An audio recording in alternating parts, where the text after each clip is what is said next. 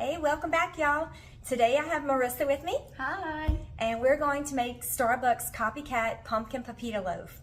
And it's a breakfast, dessert, whatever you want to call it. I fell in love with it a couple of years ago. And at school, we've been using all the extra puree to make it. And I'm going to show you how to do it today. So stick around, and I hope you give it a try. You will need eggs, pumpkin puree, oil, sugar, light brown sugar, vanilla, allspice, ground cloves, nutmeg, cinnamon, ground ginger, baking soda, baking powder, salt, flour, honey, and pepitas. Alright, so what we're going to start with is 3 eggs, and we're going to crack them into this bowl first and dump them into the mixing bowl. Go ahead and do one at a time. And the reason why we crack them individually, because if an egg is bad or if you get a shell in the bowl, then you can get a fresh egg, or you can at least dig the shell out. So one at a time. And you haven't, go ahead and you want to crack that one? Yeah. And you haven't ruined your entire batter when you do it that way. Yeah. Into the bowl. All right, and then we'll lower the mixer. Perfect. We'll lower the mixer and then turn it on about a 2 or a 3. How do you turn this one on? Oh, I see it. And we want to mix the eggs or whisk the eggs until they're light in color. I'm going to turn it up a little bit. We're going to make them good and foamy. And as you whisk eggs, they get lighter in color or duller in color and foamier, and that's what we want them to look like. So we're going to let this go for a minute.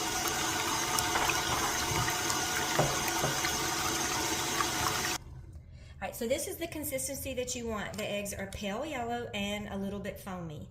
Alright, now we're going to go ahead and open our can of pumpkin.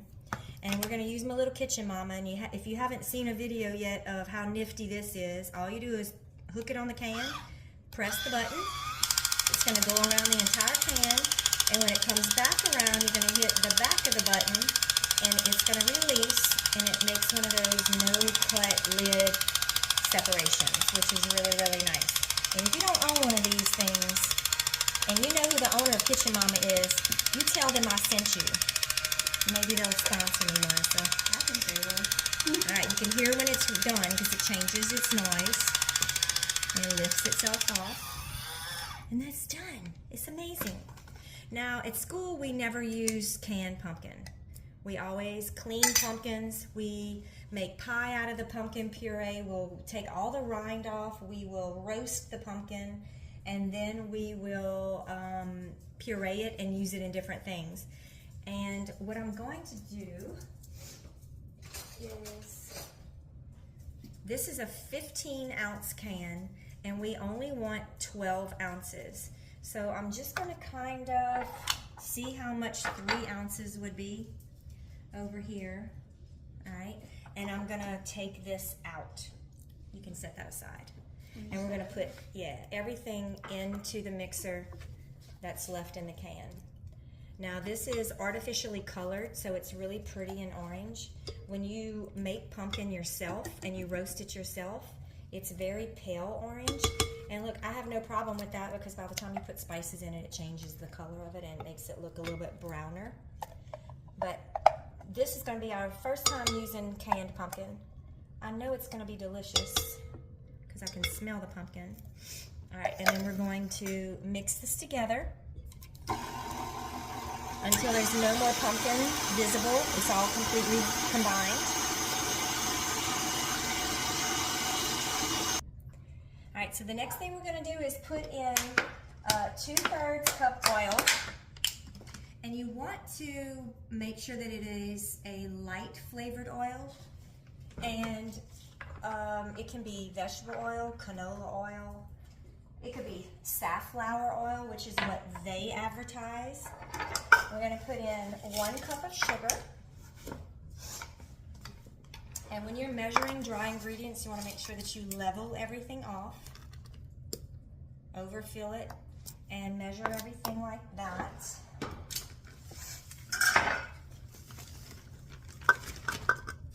we're gonna do a half a cup of light brown sugar.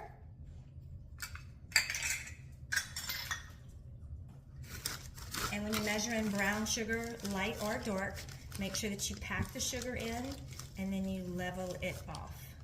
So that's gonna go in. We're gonna use 2 teaspoons of vanilla.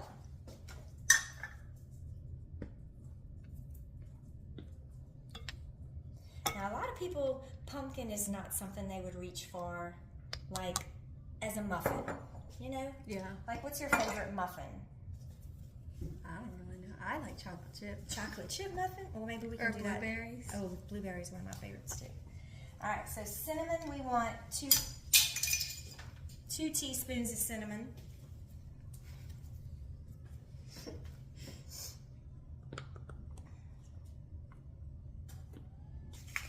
All right, and then we want a half a teaspoon of ginger, cloves, allspice, and nutmeg. goodness. I know, but it's gonna smell like Halloween and fall. What's the matter? I gotta go let Kevin out. Come on, let's go.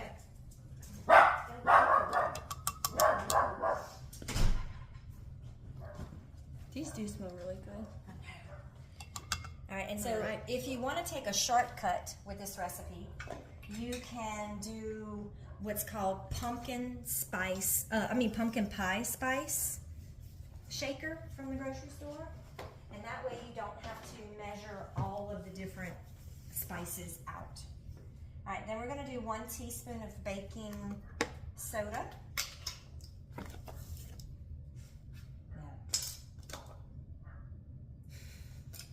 1 teaspoon of baking soda.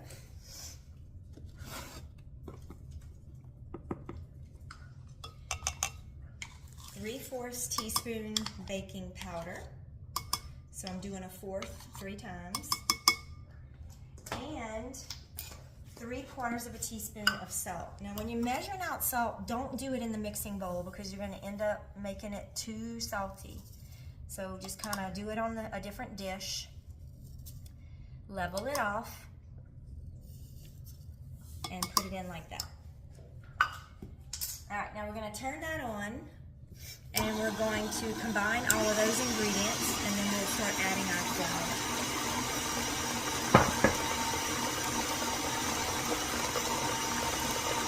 All right, overfill your flour measurement.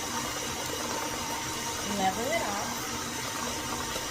I'm gonna turn the speed down so it doesn't kick it back in my face. And we're going to slowly add 3 half cups, so 1.5 cups.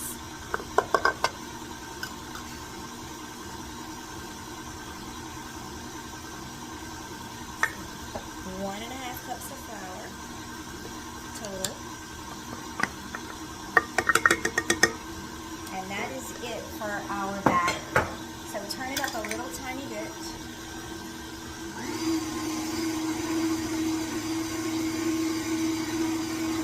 And if you have some catching on the side, just kind of gently scooch it down. And you only need to mix until it's just combined. And that's it. You can turn it off now. All right, now we're going to pour all of these into our little loaf pan. And I love using silicone, Marissa. And the reason why is because not only do you not have to use any non-stick spray, because you don't want to ever spray non-stick spray on silicone. It'll like gunk up and be unusable. It'll be gross. And what's good is when it's all finished is you just push up from the bottom and it pops out. So you don't have to dig them out like you do a muffin pan. And so I always use these whenever I'm making this kind of stuff because it'll make a cute little loaf too. And I'm just gonna try to not go too high because if I go too high it'll come over the top. And maybe you can grab that rubber scraper right there and scrape out. Let's see if we can get a last one. Oh. All right, now you would never know I was like in a fall mood because it's like 100 degrees outside. But I'm always in a Starbucks mood, and so now I hardly ever buy this anymore. I'll make these and I'll wrap them in saran wrap and put them in individually wrap them in saran. Here you go ahead and get a good one on that one. And put them in a gallon Ziploc bag. And if you just pull them out of the freezer and put them in the microwave for like 20 seconds, they taste like they came out the oven. And I love that. Here, I think I can. Yeah, you can probably get more than that. Yeah, if I can pull against you. You ever eat anything from Starbucks? I only ever get like their croissants. Oh God, I ate an absurd amount of croissants when we were abroad this summer. Mm-hmm. They are so good. We're gonna make. I'm gonna teach myself how to make them. I'm gonna do it, and then I'm gonna make a bloopers video of how many times things go wrong. Okay, so this is what you have. Let me swirl that one down. It looks like cinnamon is bunched up right there. And we're going to make sure that you put this on a baking sheet like this. And the reason why is because it's got this hard frame around the outside, but it's soft on the bottom. So you want it to be sitting. All right, so now we're gonna make the pepita topping. And in this mixing bowl, Marissa's gonna put 3 tablespoons of pumpkin seed. Now, I've done this with pecans because I haven't always been able to find the pepita seeds, but they are better, in my opinion, just because it's pumpkin seeds, and you roast it, and it's just delicious. All right, we're going to use a half a teaspoon of oil. Oh, goodness. And if you do a little bit, just go really slow so it doesn't overfull. It'll be okay if you do too much, but a little more. And then we're gonna do a whole teaspoon of honey. So we're gonna do 2 of these. And because the spoon is greasy, it's gonna come out very easily. And then we'll give it a little stir to coat all of the seeds. That's all the stirring you have to do, is just to coat the seeds. And then if you can visually break those up into 8 and then just sprinkle them across the top, that would do what you need it to do. That's good right there. Goodness. Kind of comes off in clumps. Does it? It's okay. Look, if you put more and we got to make a second batch, I'm okay with that too, because I like a lot of seeds on it. It's not coming off the spoon. Let me give you some. Here, do the double drop. Scoop with one, push off with the other. I'm Now, not very functional right now. with your left hand, Yeah. too. I'm useless with my left hand. I never use my left hand. All right, I'm thinking, you keep on doing that, and I'm thinking we'll do a whole nother batch of that. So you can use those on the 4, and then we'll make a whole nother batch. Use these on the Yeah. floor? Because I love it when these seeds get roasted. Do you remember, did we do the pumpkin lab when you were in home ec? No, we didn't. Sometimes it doesn't fall, Halloween doesn't fall at a good time in class for us to do the lab in nutrition. But when it does, I go buy pumpkins and we make pie and all kind of other recipes out of the puree. And we always clean the pumpkins, roast the seeds with salt on them on baking sheets, and we walk around with little Ziplocs all day eating pumpkin seeds. And so you've done that before, right? You've even roasted pumpkin seeds? We've never done anything with pumpkins. Not even at your house? Not even when you was a kid? I mean, we carved pumpkins, but they didn't cook anything. All right. Well, that's, oh yeah. Well, we do both. We said 1 of these and 2 honeys? Yes, 1 of those 2. Okay. All right, we're doubling our little topping batch. And believe me, it's going to be worth it because the more seeds you have on this little loaf, the better. Okay, mix that. And we're going to top those. And then we're through topping these. We're going to put them in the oven and bake for like 23 minutes or until they are firm like I mentioned before. And then we'll show you what they look like. Hi, so we have our Pepita pumpkin loaf. Here it is. Isn't it gorgeous? It's good. That's It's very cute. good. All right, so we're thinking we probably should have chopped up the pepitas a little bit, but we're gonna give it a taste, and we'll let you know. I know it's alright. I know it's good already. All right, take a little piece. That's a big piece. You can break it. Oh, let's break it. Is it still hot? Yeah, it's warm.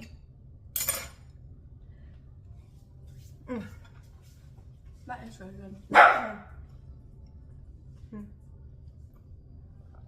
Shelly approves. She's barking over there. She wants some. It's very moist. I used canned pumpkin. Don't be afraid to actually roast real pumpkin or fresh pumpkin. I taste the nutmeg and taste the the seasoning, cloves and the cinnamon and all those pumpkin spice that I love so much. It's delicious. You can wrap these up individually, put them in a gallon-sized Ziploc, and freeze them. Pull them out, microwave them for like 10 or 20 seconds when you want to eat one, and it softens them up right away. And you can have them with a cup of tea or with a glass of milk. Just have them. Give it a try.